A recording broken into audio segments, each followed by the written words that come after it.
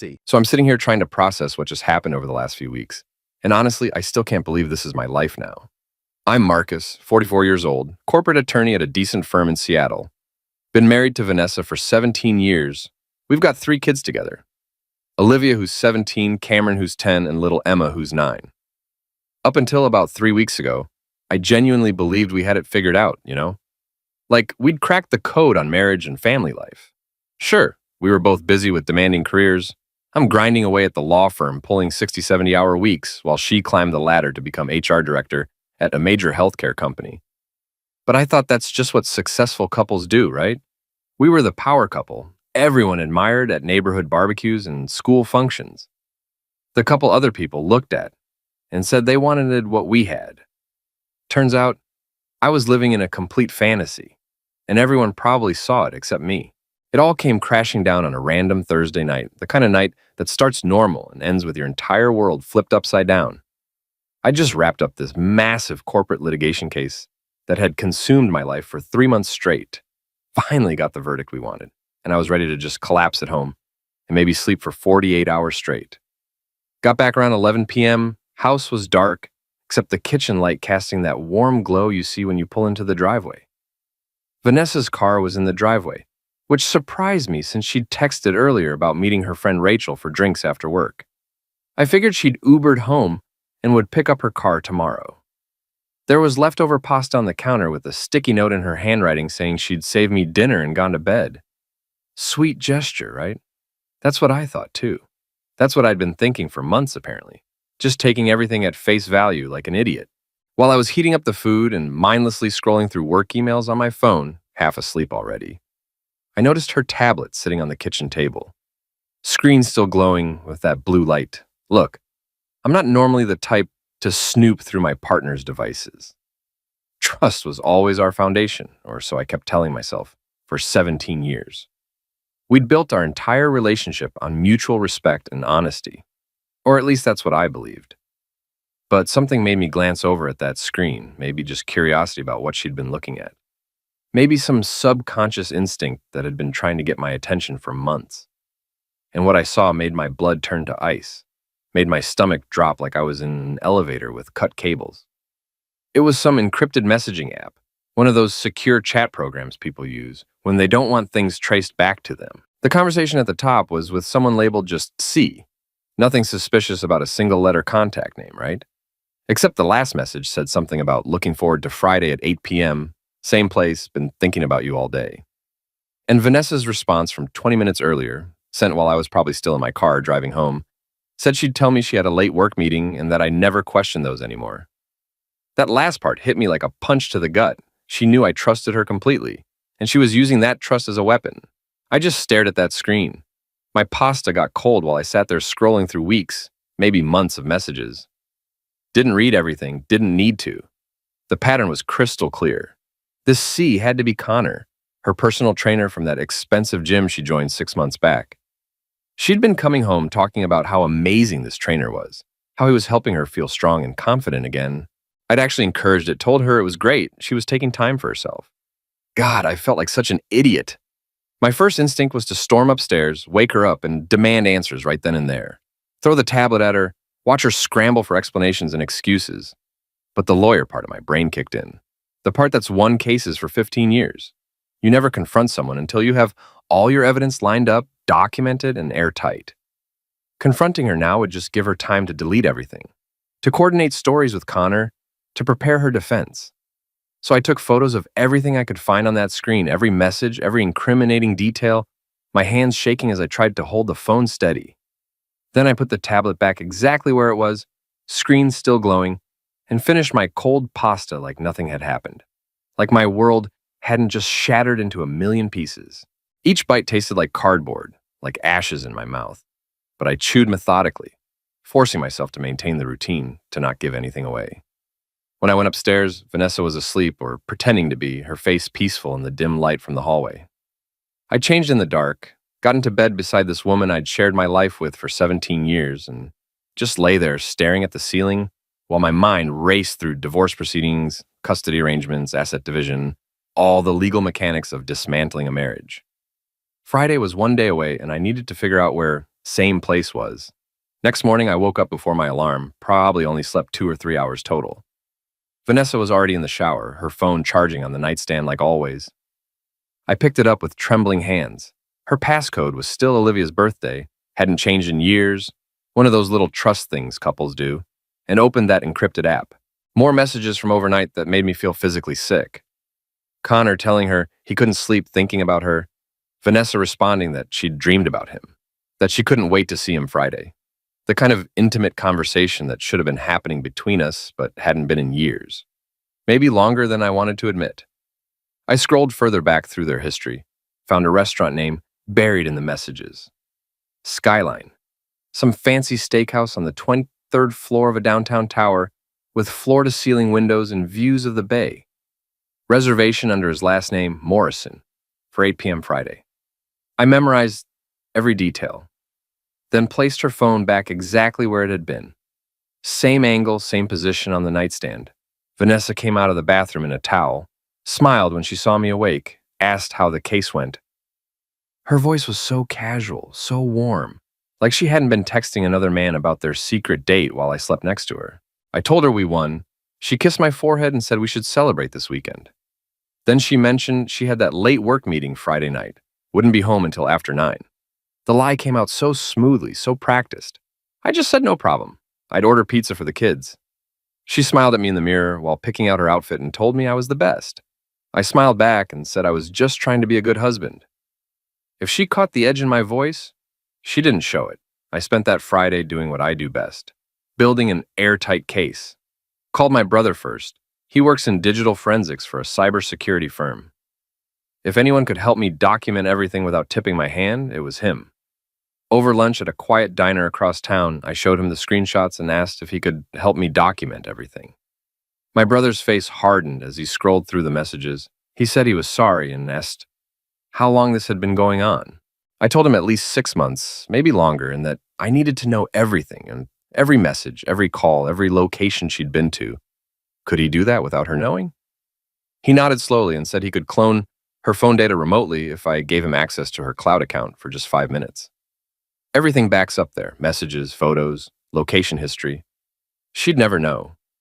That afternoon, while everyone was out, I followed his instructions and installed the software he gave me. It ran in the background, syncing everything. Within an hour, he texted saying he had everything and that it was worse than I thought.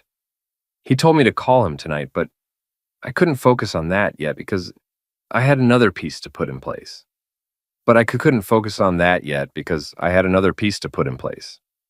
I'd researched Connor Morrison, owner of that gym, married to someone named Adriana Morrison for 12 years. She ran an art gallery downtown.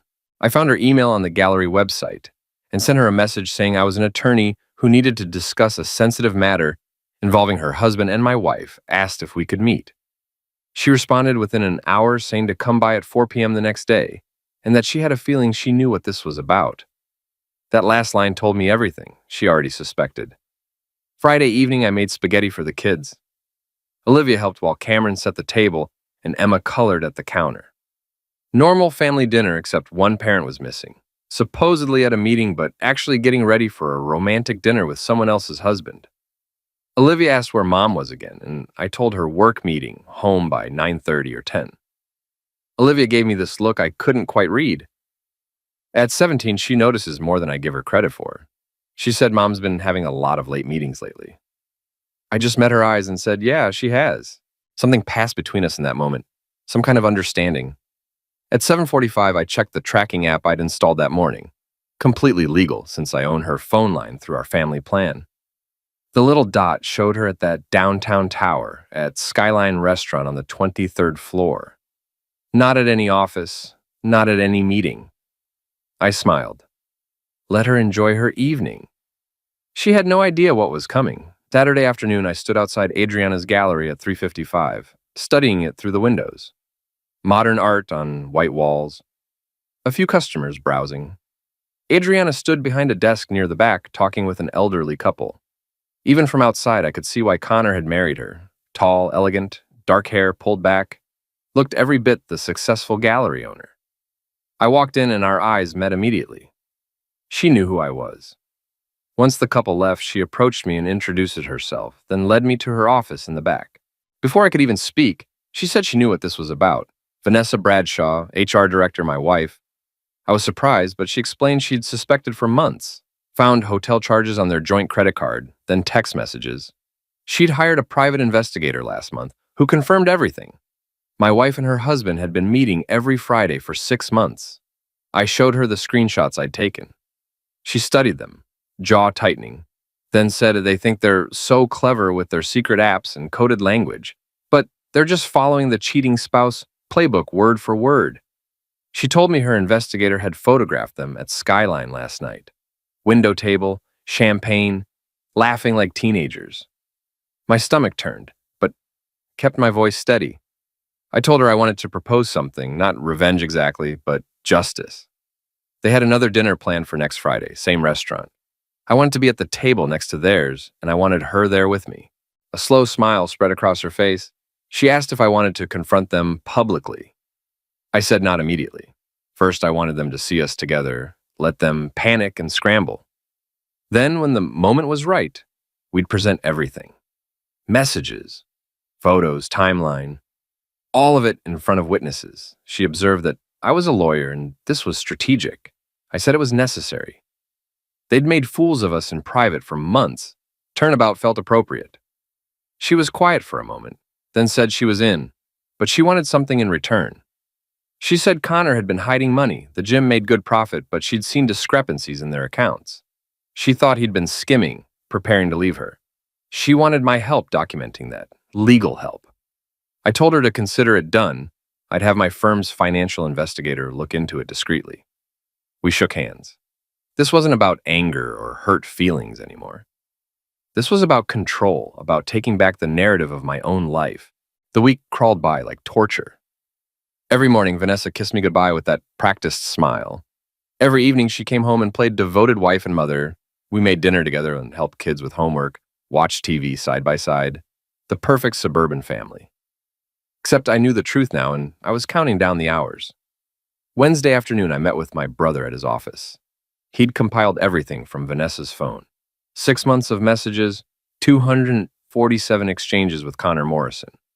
Hotel reservations at fancy places around the city. Charges on her personal credit card for lingerie and perfume. Even a weekend trip to Victoria she told me was a work conference. I remembered that weekend. 3 days where I handled all 3 kids solo. She'd said it was an conference. My brother showed me hotel records proving Connor Morrison checked into the same hotel, same dates, adjoining rooms. There was no conference. I stared at the USB drive he gave me with all the evidence. He asked what I was going to do Friday night. I told him Vanessa and Connor had another dinner date at Skyline, and I was going to be at the table next to theirs with Adriana Morrison. His eyebrows shot up. He asked if I was serious, and I said completely. Vanessa thinks she's having a romantic dinner with her boyfriend. Instead, she's going to discover that her boyfriend's wife and her own husband have been comparing notes. He said it was bold, but asked about the kids and said Olivia was going to hear about this. I'd thought about that constantly. Olivia was old enough to understand, old enough to be hurt, but she also deserved the truth. I told him Olivia already suspected something. She'd made a comment about Vanessa's late meetings. Kids aren't stupid. Thursday night, I called the restaurant and made a reservation for Friday at 8 p.m., table for 2. I told them I needed to be seated next to a specific existing reservation under Morrison, 8 p.m., window table. The hostess sounded confused, said they don't typically arrange seating based on other parties. I said I was aware, but this was a special circumstance, and I was willing to pay extra to ensure my table was positioned adjacent to theirs. She put me on hold, came back 5 minutes later, saying her manager would accommodate my request for a $200 seating fee in addition to my dinner bill. Done. I confirmed the reservation under my name, table 17 adjacent to the Morrison party, at table 16. I texted Adriana that everything was set. Friday, 7:45 p.m. I'd pick her up. Her response came immediately. She'd be ready, wearing her best armor. Friday morning arrived, with unusual sunshine for Seattle. Vanessa was practically glowing at breakfast, humming while making coffee. She'd already laid out her outfit for tonight, this red dress I'd never seen before. I asked if it was a special day, and she just smiled, said she was feeling good and looking forward to the weekend. I told her me too, that I thought this weekend was going to change everything. If she caught the double meaning, she didn't show it. She kissed Emma's head, grabbed her purse, headed for the door saying she'd be late tonight. Don't wait up. I said, oh, I'll wait up. I definitely will. After she left, Olivia came downstairs already dressed for school. She looked at me with those perceptive 17-year-old eyes and asked if everything was okay. I could have lied. Should have, probably, but I was tired of lies. I told her not yet, but it will be. At 7:30, I stood in front of my closet deciding what to wear to my wife's date with another man. I settled on a charcoal suit, white shirt, no tie. Professional but not formal. The kind of outfit that said I was in control. Cameron knocked on my door asking where I was going. I said business dinner, which wasn't entirely a lie. This was business. The business of ending my marriage with dignity. I drove to Adriana's gallery, arriving at 7:45 exactly. She was waiting outside, stunning in a black dress that made a statement. Her dark hair fell loose around her shoulders. I asked if she was ready, and she said, more than ready. Let's do this. We arrived at the tower at 8:05, deliberately late. Let Vanessa and Connor get comfortable first. Let them think they had the whole evening ahead of them. The elevator ride to the 23rd floor felt eternal. Adriana stood beside me, calm and collected while my heart hammered against my ribs. The hostess recognized my name immediately and led us through the restaurant toward the window tables. And there they were, Vanessa and Connor at table 16, heads close together, laughing at something. Vanessa's hand rested on Connor's arm, intimate and comfortable, like they'd been doing this forever. The hostess guided us to table 17, literally 3 feet away. Vanessa saw me first. Her eyes went wide, her face draining of color so fast I thought she might faint. Her hand jerked away from Connor's arm like she'd been burned. Connor turned to see what had startled her, and his expression matched hers. Pure shock. Then he saw Adriana beside me, and his shock morphed into something else. Fear maybe, or the realization that his carefully constructed lie was collapsing in real time. Vanessa's voice came out as a strangled whisper asking what I was doing here. I pulled out Adriana's chair, waited for her to sit, then took my own seat. Calm, controlled, every movement deliberate. I said I was having dinner, same as her. What a coincidence, running into her here. I thought she had a work meeting tonight. Vanessa's mouth opened and closed, but no words came out. Adriana leaned forward slightly, her voice cool, saying hello to Connor and asking if he was surprised to see her. Connor started to say he could explain, but Adriana interrupted smoothly, said he was very good at explaining, very creative actually, though working late with clients was a bit cliché. Other diners were starting to notice. A couple at a nearby table had stopped eating, watching our drama unfold. Vanessa found her voice and said this wasn't what it looked like. I actually laughed. I said, really, because it looks like she's having a romantic dinner with Connor Morrison, who happens to be married to Adriana here. She told me she had a work meeting, but unless work meetings now involve champagne and holding hands over candlelight, I think she might be confused about what qualifies as work. Vanessa started to ask how I knew, then stopped. The calculation in her eyes was almost visible, trying to figure out how much I knew, how much I could prove. I pulled out my phone and set it on the table between us. I told her I knew because she left her tablet unlocked last week, because I'd been tracking every message, every lie, every hotel reservation for the past 10 days, and because Adriana and I had been comparing notes. Connor's face had gone from shock to angry, saying I had no right. I said I had every right. She's my wife. He's having an affair with my wife. I have all the rights in the world to know the truth. The server approached our table, clearly sensing the tension but professionally obligated to do her job. She asked if she could start us with drinks. Adriana said, actually, we were ready to order. We wouldn't be here long. The server nodded quickly and retreated. Vanessa's eyes were filling with tears, asking if we could please talk about this privately. I said privately, like she and Connor have been talking privately for 6 months?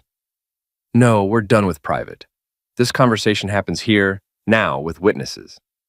The server returned with water glasses, her hands trembling slightly as she set them down.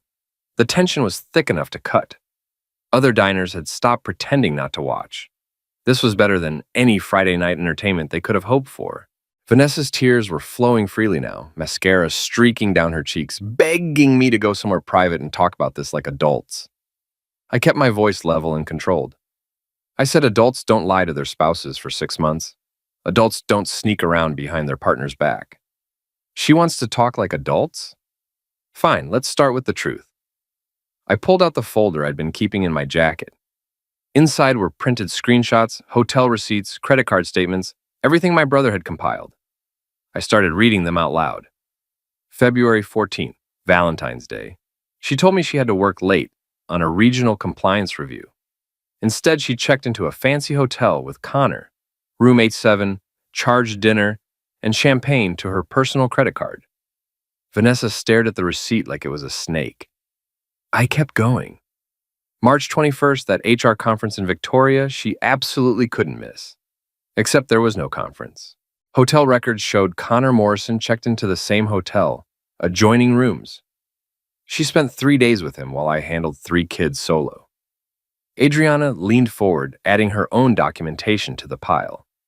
She said, "Let's talk about the money.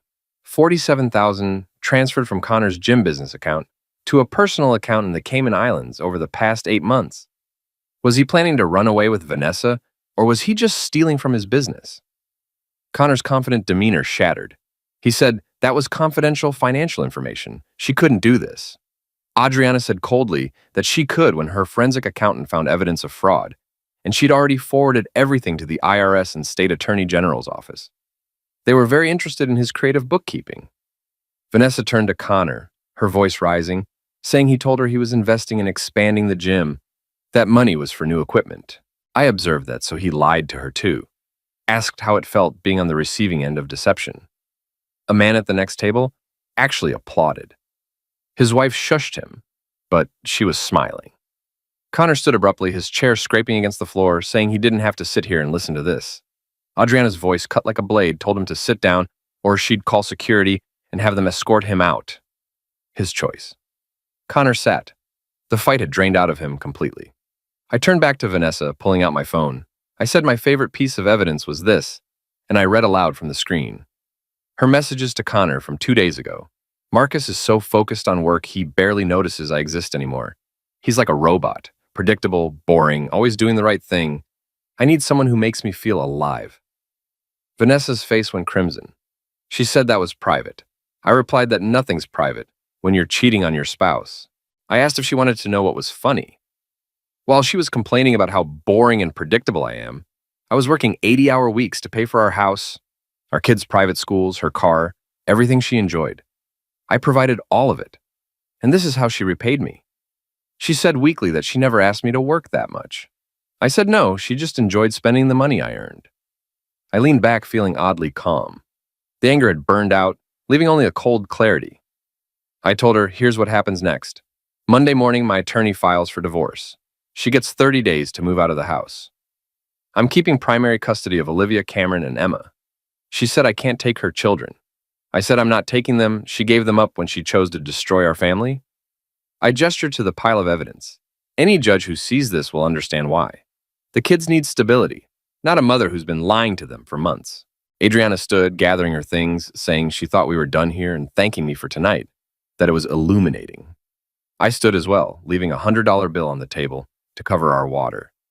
I told Vanessa I'd see her at home eventually. Take your time. As Adriana and I walked away, I heard Vanessa's sobs behind us, raw and broken. Connor was trying to calm her down, his voice low and urgent. Other diners watched us leave with a mixture of shock and fascination. In the elevator, Adriana asked how I felt. I said like I just performed surgery without anesthesia, necessary but brutal. She said they deserved it. I said maybe, but our kids didn't deserve any of this. I didn't go home right away. After dropping Adriana at her gallery, I drove aimlessly through Seattle, watching the city lights blur past. My phone buzzed constantly with texts from Vanessa that I didn't read, voicemails I didn't listen to. Whatever she had to say could wait. At midnight, I finally pulled into our driveway. Vanessa's car wasn't there yet. The house was dark except for Olivia's bedroom light. Of course she was still awake. 17-year-olds never sleep. I went inside and found Olivia sitting on the living room couch with her laptop, supposedly doing homework. But her eyes were red and tissues littered the coffee table. She looked up when I entered and said someone posted a video from the restaurant online. It's everywhere. One of her friends texted her the link. I sat down beside her, suddenly exhausted. I said I was sorry she found out this way. She asked how long I'd known about Mom and that guy. I told her 2 weeks since I found messages on her tablet. Olivia's voice broke, asking why I didn't tell her. I said because she's 17, she shouldn't have to deal with her parents' problems. She said quietly that she already knew something was wrong. Mom had been different for months, always on her phone, always distracted. She thought maybe Mom was stressed at work. She didn't think. She couldn't finish the sentence. I put my arm around her shoulders. She leaned into me, and I felt her shaking with silent tears. She whispered, asking if it was her fault, if she did something wrong. I told her to look at me and waited until she met my eyes. I said, none of this is her fault, not hers, not Cameron's, not Emma's.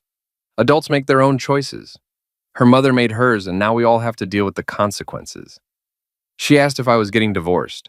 I said yes. She nodded, wiping her eyes, said good. What Mom did was horrible. I deserved better. The front door opened. Vanessa stood in the entryway, still in that red dress, her makeup completely destroyed by tears. She saw us on the couch and froze. She started to say sweetheart to Olivia, but Olivia cut her off, standing up, telling her not to call her that. She'd been lying to all of us. Vanessa said it was complicated.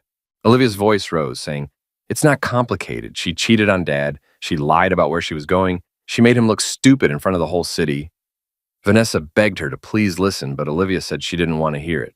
She grabbed her laptop and headed for the stairs, saying she was staying with me. Wherever I go, she goes. She disappeared upstairs, her bedroom door slamming behind her. Vanessa turned to me, tears streaming again, saying we needed to talk. I asked, where was this desire for communication 6 months ago? She said she made a mistake. I corrected her, Mitch. She made a choice. Multiple choices, actually. Hundreds of them. Every text message, every hotel room, every lie. All choices. She sank into the chair across from me, looking smaller somehow, defeated. She said she didn't know what happened. Things between us got so distant. I was always working. She was always stressed. Connor paid attention to her and made her feel seen. I asked if this was my fault because I worked too much to support our family. She said no, that's not what she meant. She just felt invisible. I said she wasn't invisible. I saw her every day. I came home to her every night. I was here. I stood up, suddenly too tired for this conversation. But apparently that wasn't enough. I wasn't exciting enough, attentive enough, whatever. So she found someone who was. She asked where we go from here. I said my attorney's office, Monday at 9 a.m. We're doing this the civilized way with lawyers and mediators. She'll get what's fair financially, but I'm keeping primary custody. She said I can't take her children. I said I can and I will. Any judge will side with a parent who didn't commit infidelity and lie to their family for 6 months. I headed for the stairs, saying, I'm sleeping in the guest room tonight. Tomorrow she starts looking for an apartment. She has 30 days. She said my name pleading, but I just said goodnight. I went upstairs, checked on Cameron and Emma, both asleep, blissfully unaware that their world was about to change. Then I stopped at Olivia's door and knocked gently. She said, come in. She was sitting on her bed, still dressed, staring at her phone. She said everybody knows. It's all over social media. Someone recorded video at the restaurant. My heart sank. I said I was sorry. She said, don't be. Mom deserves it. She set down her phone, looking older than 17, asking if we were going to be okay. I said yes, it won't be easy, but we'll get through it together. Together. Me, her, Cameron, and Emma. We're a family no matter what. She hugged me then, fierce and tight, saying she loved me. I told her I loved her too. 3 months after that Friday night at Skyline, I sat in a conference room at my firm with my divorce attorney reviewing the final settlement. Vanessa sat across from us with her own lawyer, looking thinner and older than I remembered. The affair had taken its toll on both of us, but she'd gotten the worst of it. The video from the restaurant had gone viral. 8 million views on social media, picked up by local news stations, even featured on a national morning show about infidelity. Vanessa had become Seattle's most famous cheater. She'd lost her job at the healthcare company 2 weeks after the confrontation when HR decided her presence was detrimental to company morale. Connor's situation was even worse. The IRS investigation had uncovered $73,000 in unreported income and tax evasion. He'd pleaded guilty to avoid prison time, but lost his gym in the settlement. Adriana had taken everything: the gym, their house, his retirement accounts. Last I heard, he was working as a personal trainer at a chain gym in a different city, living in a studio apartment. My attorney said the terms were favorable.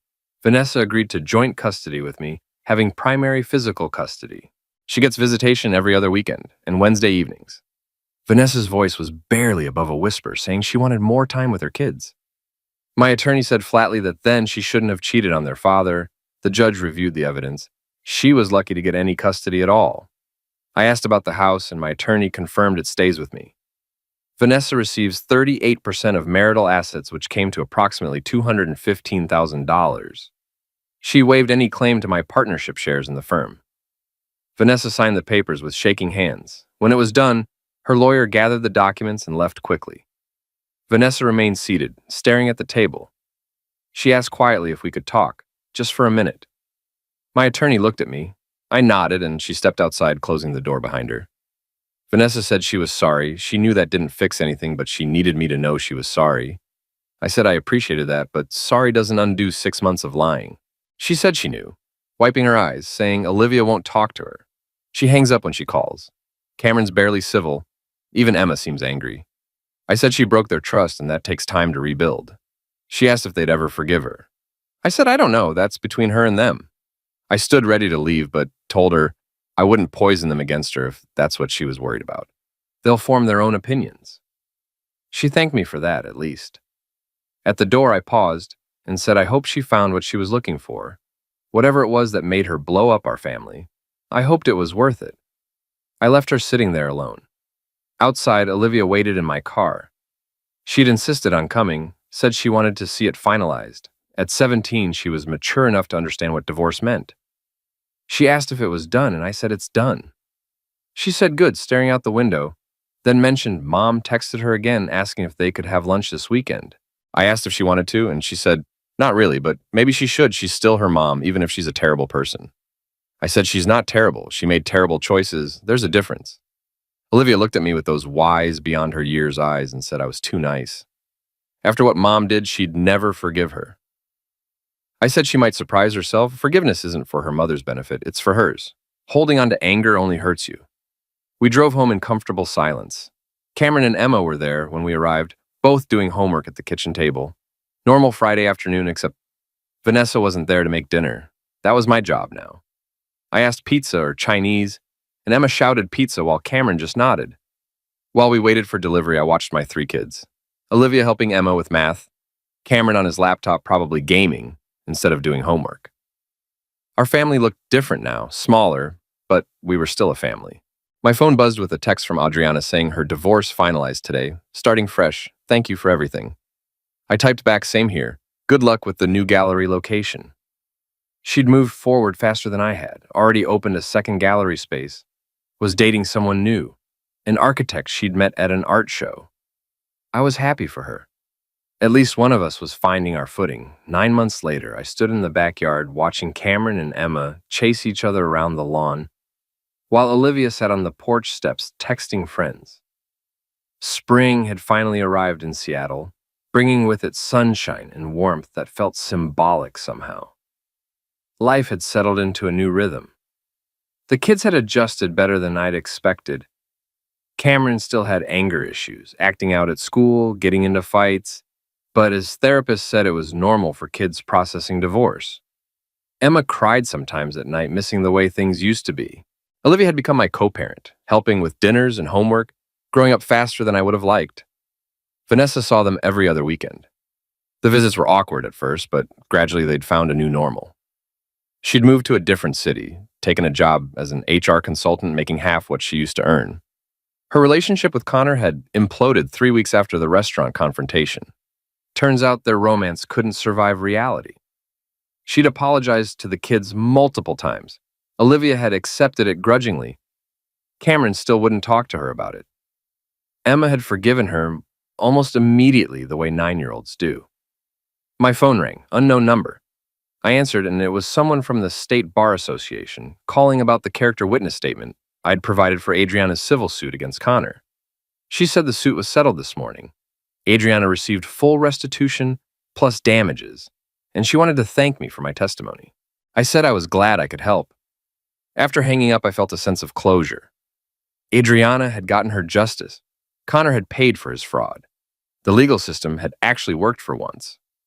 Olivia came over and flopped down on the grass beside me, asking if she could ask me something. I said always.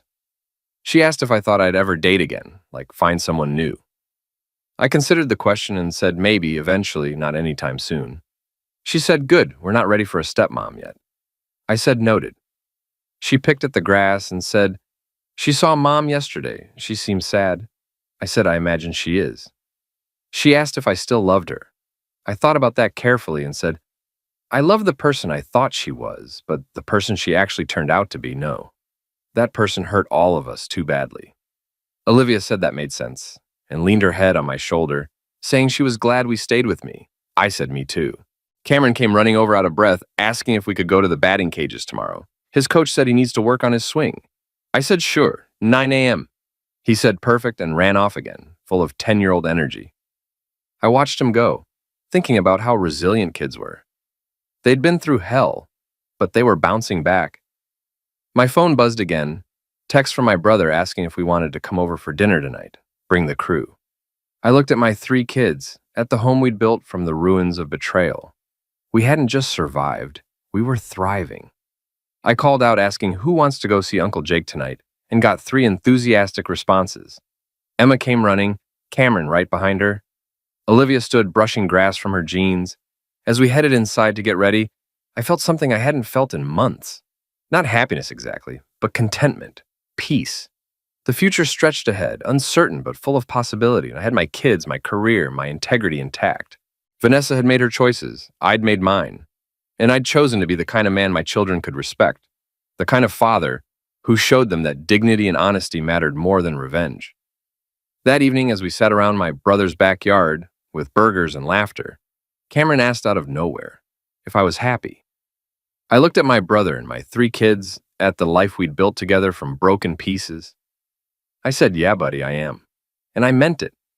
Looking back now, I realized that Friday night at Skyline wasn't about revenge or humiliation, though I won't lie and say those elements weren't satisfying in the moment. It was about taking back control of my own narrative, about refusing to be the fool who never saw it coming. Vanessa had written me into her story as the oblivious husband, the workaholic who didn't pay attention, the boring, predictable guy who deserved to be cheated on. But I rewrote that ending. I became the husband who saw through the lies, who documented everything, who stood up for himself and his kids. The video going viral wasn't something I planned, but I can't say I'm sorry it happened. Actions have consequences, and Vanessa learned that the hard way. Connor did too.